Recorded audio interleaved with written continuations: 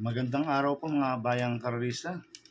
Ngayon po ay araw ng Miyerkules, January 17, 2024. Karera po ng Metro Turf, Malbar, Batangas. Meron po tayong 8 karera sa araw na ito.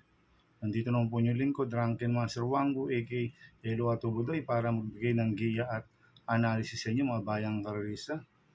Mga bayang karalista, start po ng karera rin at 5 p.m.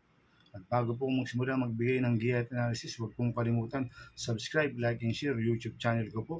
At syempre, huwag din pong kalimutan i-click yung notification bell ko para updated po kayo sa mga bagong videos ko. Mga bayang karisa, shoutout muna ako. Happy racing po sa GC ng Informatics at sa Tropang Alibay, kay Admin Aimee 5, kay Kagawad Ikoy, kay Sir June Talob, kay Bro Mario, kay Bro Gary, kay Sir Rex Mendoza, kay Sir Apeng, Mr. Super 6, kay Sir Red, kay Mr. Piauzi, kay Bro Ronquillo at kay Bro Efren. Happy racing po sa inyo. Sana iswertein po tayo at magsitama. At happy racing po kay Sir Romulo Crisostomo. At happy racing po kay Boss Manuel Chua. At sa Maceda Stable, happy racing po kay Congressman Edward Maceda at kay Boss Oliver Maceda at kay Boss Maki Maceda. Happy racing po sa inyo. Kaya mag-start po ko sa pagbibigay ng giya at analysis. Race 1, first pick 5 covers races 1 to 5. May 7 kabayong tatabo, 3-year-old and above maiden race sa distance 1,200 meters. First choice ko po dito, numero 5, Carmela's Lab, na sasakyan po ni Pabs Cabalejo. Last run po nito noong January 3. Pang-apat po siya kay La Blackstar. Cambio init, binigay na po kay Pabs Cabalejo. Last run, Joel Ciego lang po sumakay dito. At isang imported horse po to, si Carmela's Lab. Kaya malaki panalo sa akin ito. Kaya siya po first choice ko. Second choice ko po, numero 4, Jengs Adhenap, na sa kay King Flores. Last run po nito, January 5, segundo po siya kay Phil Davern. Malaki po panalo sa akin ito, si Jengs Adhenap. Kaya siya po second choice ko. Kaya ang first choice ko, numero 5, Carmela's Lab. Second choice, numero 4, Jengs Adhenap. Sa race 2 po tayo, winner take all covers races 2 to 8. May 7 kabayong tatakbo, rating based in class 422 to 27, distance 1,200 meters. First choice ko po dito, numero 1, Luke Skywalker, na sasakyan po ni John Paul Guse. Last run po nito, January 5. Segundo po siya kay Doña Chicha, hindi po siya lumagpas. Cambio init, binili na po kay John Paul Guse. Last run, O.P. Cortez po sumakay dito. Kaya malaki panalo sa akin ito, kaya siya po first choice ko. Second choice ko po, numero 2, This Girl Is On Fire, na sasakyan po ni Apprentice Jackie Charles Reyes. Last run po na ito, January 7. Segundo po siya kay Eye in the Sky. Cambio init, binigay na po kay Charles Reyes. Last run, RC Susun po sumakay dito. Kaya malaki rin po panalo sa akin ito, kaya siya po second choice ko. At lalagyan ko pong treasure sa pandiyado, numero 5, AP Factor, na sasakyan ni Mart Alvarez. Ito binalik ulit kay Mart Alvarez. Last run po na ito, January 7. Pang-5 kila Eye in the Sky. Cambio init, binigay kay Mart Alvarez. Last run, RM De Los Santos po sumakay dito. Kaya mas maganda itatakbo nito, kaya siya po third choice ko na pandiyado. Kaya ang first choice ko po, numero 1, Luke Skywalker. Second choice, numero 2, This Girl Is On Fire. Third choice pandiyado, numero 5, AP Factor. Sa race 3 po tayo, PX6 covers race 3 to 8. May 7 kabayong tatakbo. Rating based yung class 4, 16 to 21. Distance 1,200 meters. First choice ko po dito yung galing sa panalo numero 7, Cash is King, na sasakyan po ni John Paul Guse. Nanalo po yan noong December 15.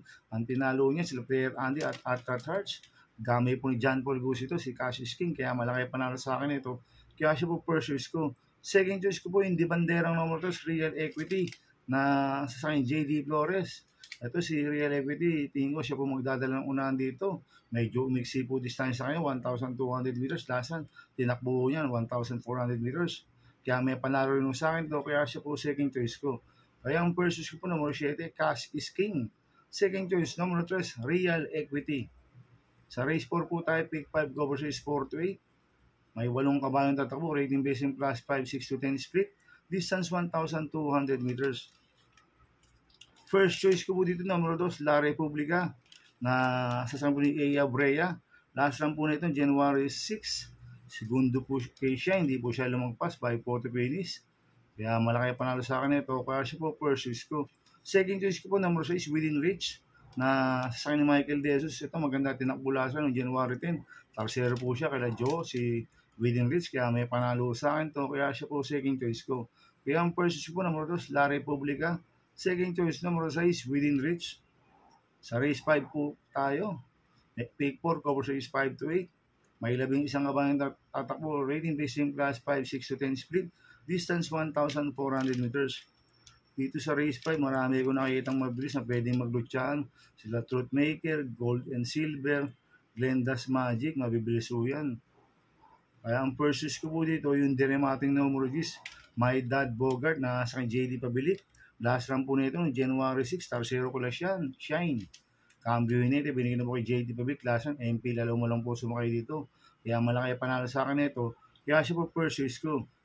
Ang second choice ko po, yung galing sa panalo numero 7, Silver Glow, na sa akin OP Cortez, medyo maganda panalo niyang last run. Tingin ko mag-uumento pa ho. Kaya may panalo sa akin to. Kaya siya po second choice ko. Lalagyan ko po 30 sa Bandiado, yung bumaba po ng rating base system. Numero 1, Lapping Tiger, na sa akin ni Michael De Jesus to. Gamay ni Michael De Jesus to, si Lapping Tiger. Kaya siya po third choice ko, Bandiado. Kaya ang first choice ko po numero 10, My Dad Bogart. Second choice, numero 7, Silver Glow. Third choice sa Pandiado, numero 1, Lapping Tiger. Sa race 6 po tayo. May siyam na kabayong tatakbo, rating based in class 5-5 split. Distance 1,400 meters. Ito, anybody's race po ito, mga bayang karerista. Dahil ito po yung pinakababang rating based system. Kaya tingin ko, lahat ito may panalo. Ang first choice ko po dito, Copalente number 3, Chase the Gold, na sa San Sila Vincula. 3A, Empire Ruler, na sa JD Pabilik. Parehas po may panalo ito, itong couple entry number 3 na ito. Kaya sila po first choice ko. Second choice ko po, numero 1, Private Dining, na sa ni King Flores. Last run po ni Private Dining, January 5, pang-anim po siya kala Silver Glow. Venus na inetingin to, si JD Flores. Kaya may panalo sa akin to. Kaya siya po second choice ko. Lalagyan ko po third choice sa Pandiado, numero 7, Aliasin, na sa ni MP Cañete. Ito magandang diado to, si Aliasin. Kaya siya po third choice ko na Pandiado. Kaya ang first choice ko po, Copalente number 3, Chase the Gold. 3A, Empire Ruler. Second choice, number 1, Private Dining. Third choice sa Pandiado, number 7, Aliazim. Sa penultimate race, number 7 na po tayo mga bayang karista. May 10 kabayang tatakbo. Rating based in class 5-5 split. Distance 1,400 meters. First choice ko po dito yung bumaba po ng rating base system, number 7, Can You Give, na sa kanil MP Cañete. Last run po nito, January 5, pang-apat po siya, kala Majestic Star, si Can You Give. Kaya malaki panalo sa akin ito. Kaya siya po first choice ko. Second choice ko po, number 9, Prince Leather, na sa akin Charles Reyes. Last run po nito, January 10, segundo po siya kay Fast Sailing, si Prince Leather. Kaya malaki rin po panalo sa akin ito. Kaya siya po second choice ko. At lalagyan ko po third choice sa Pandiado, yung bumaba po ng rating base system, numero 4, Rise Up, na sa akin ni Michael De Jesus. Ito, gamay po ni Michael De Jesus to, si Rise Up. Kaya magandang diado to. Kaya siya po third choice ko. Kaya ang first choice ko po, numero 7, Can You Give. Second choice, numero 9, Prince Leather. Third choice sa Pandiado, numero 4, Rise Up. Sa last race po tayo, sa race 8, may 14 na kabayang tatakbo. Rating based in class 5, 11 to 15. Distance 1,400 meters. Ito, anybody's race po to. Mahirap na line up po itong race 8 na to. Kaya ang first choice ko po dito, yung numero 9, Kalanggaman Island, na sa sakin Claro Espare Jr. Last run po nito, noong January 10, segundo po siya kay Magnolia na. Parang di lang po nag-interest yung connection nito. Basta ilaban na ng connection to, malaki panalo sa akin nito. Kaya siya po first choice ko. Second choice ko po yung diremating numero 4, Isla Puting Bato, na sa akin Ace Aguila. Last run po nito, January 5. Ang apat po siya kala Oradas Gray, si Isla Puting Bato. Kaya may panalo sa akin to. Kaya siya po second choice ko. Lalagyan ko po third choice sa Pandiado, yung bumaba po ng rating base system. Numero 6, Hang Loose, na sa akin CL at Vincula. Ito, Cambio United, binigay kay CL at Vincula. Nasaan OP Cortez po sumakay dito. At tingin ko, siya po magdadala ng unahan dito, si Hang Loose. Kaya siya po third choice ko na Pandiado. Kaya ang first choice ko po,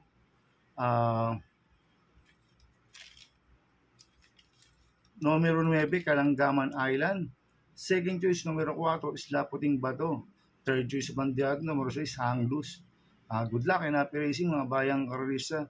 Inuulit ko, ito gabay ko lang at analysis ko. Pero pagdating sa tayan, kayo pa din masusunod. Sana iswertein po tayo ngayon at magsitama. Kaya good luck po sa ating lahat mga bayang karerista. Kaya mga bayang karerista, please subscribe my YouTube channel at Tubudoy 2.0.